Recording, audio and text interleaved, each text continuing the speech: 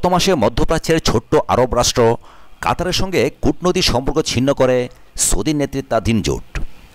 একই সঙ্গে দোহা প্রশাসনের ওপর বাণিজ্য ও ভ্রমণ অবরোধ আরোপ করা হয়। কাতার বিরোধী এই পদক্ষেপে মূলত সামনের সারিতে দেখা যায় সৌদি আরব, সংযুক্ত আরব আমিরাত, বাহরাইন ও মিশরকে।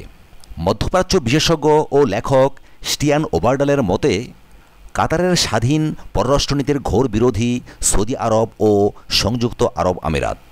উপসাগরীয় অঞ্চলে ইরানের সঙ্গে প্রভাব বিস্তারের দৌড়ে একক আধিপত্য এবং সিদ্ধান্ত গ্রহণকারী হিসেবে নিজেকে দেখতে চায় রিয়াদ।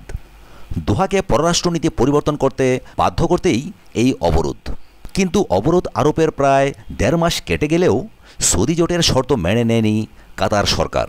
বরং বাধ্য হয়েই বুধবার জোটের আরোপ করা 13 দফা কঠোর শর্ত থেকে সরে এসেছে দেশগুলো।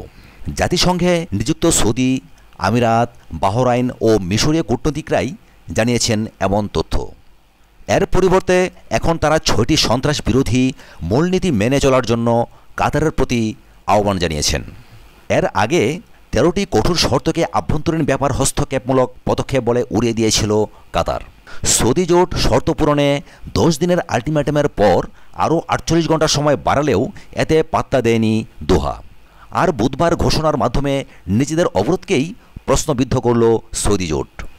ফলে অবরোধ ব্যর্থ হয়েছে বলেও সিদ্ধান্ত টেনেছেন অনেক বিশ্লেষক। প্রভাবশালী মার্কিন সংবাদ মাধ্যম দ্য নিউ ইয়র্ক টাইমস সংবাদদাতা ডেকলাম ওয়ালসের মতে, কাতারের বিরুদ্ধে যে ভ্রমণ ও বাণিজ্য অবরোধ আরোপ করা হয়েছে এখন পর্যন্ত সেটা কাজে আসেনি। তিনি আরও জানান, কূটনৈতিক সম্পর্ক ছিন্ন করার পর অবরোধের কারণে কাতারের প্রাথমিক খাদ্য সরবরাহে যে সমস্যা হয়েছিল তুরস্ক ও ইরানের সহায়তায় সেটা অনেকটাই কেটে গেছে। ফলে সৌদি আরবের নাকের ডগায় বসেই ইরানের সঙ্গে কাতারের সম্পর্কের আরও উন্নতি হয়েছে। কাতারের বিমানবন্দরের ব্যস্ততা হ্রাস বা শেয়ার মার্কেটের দর 10% পড়ে গেলেও তাদের গ্যাস রপ্তানির ওপর কোনো প্রভাব পড়েনি। কাতারের নির্মাণ শিল্প এখন চলছে নানা রকম বিকল্প উৎসের ওপর নির্ভর করে। অবরোধের পর জাহাজ পরিবহনে খরচ বেড়েছে, তবে আমিরাতের পরিবর্তে ওমানের বন্দর ব্যবহার করছে দোহা। স্টিয়ান ওবারডালের মতে, কাতার বেশ ভালোভাবেই সৌদি আরব ও সংযুক্ত আরব আমিরাতের পদক্ষেপগুলোকে মোকাবেলা করেছে। এছাড়া বহির্বিশ্বে আন্তর্জাতিক সম্পর্ক বজায় রাখার ক্ষেত্রেও দেশটি সাফল্য দেখিয়েছে। এক্ষেত্রে 2022 সালে কাতারে অনুষ্ঠেয় ফিফা বিশ্বকাপের আয়োজনের নির্মাণ কাজে শ্রমিকদের নিরাপত্তা নিয়ে দোহার বিরুদ্ধে যে সমালোচনা উঠেছিল সেটাও ধামাচাপা পড়ে গেছে। কাতারের বিরুদ্ধে অবরোধ আরোপ করতে গিয়ে দুর্বল হয়ে পড়েছে উপসাগরীয় সহযোগিতা সংস্থা জিসিসি। সৌদি জোট অবরোধের পর অর্থনৈতিক, প্রতিরক্ষা ও গোয়েন্দা ক্ষেত্রে বড় ধরনের পরিকল্পনা বাস্তবায়ন করতে পারেনি। ফলে কাতার নয়, অবরোধের ফলে দুর্বল হয়ে পড়েছে সৌদি ও আরব আমিরাতি।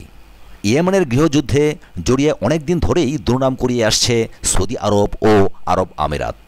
সবচেয়ে দুর্বল অর্থনীতির আরব রাষ্ট্র হিসেবে তীব্র মানসিক সংকটে ভুগছে ইয়েমেন। আরব সৌদি অভিযান সেই সংকটকে আরও তীব্র করেছে। চলতি অবরোধের মধ্যে আন্তর্জাতিক সম্পর্ক বিষয়ক মার্কিন সিনেট কমিটির প্রধান বব করকার সৌদি আরব ও আমিরাতের কাছে অস্ত্র সরবরাহ বন্ধ করার দাবি তুলেছেন।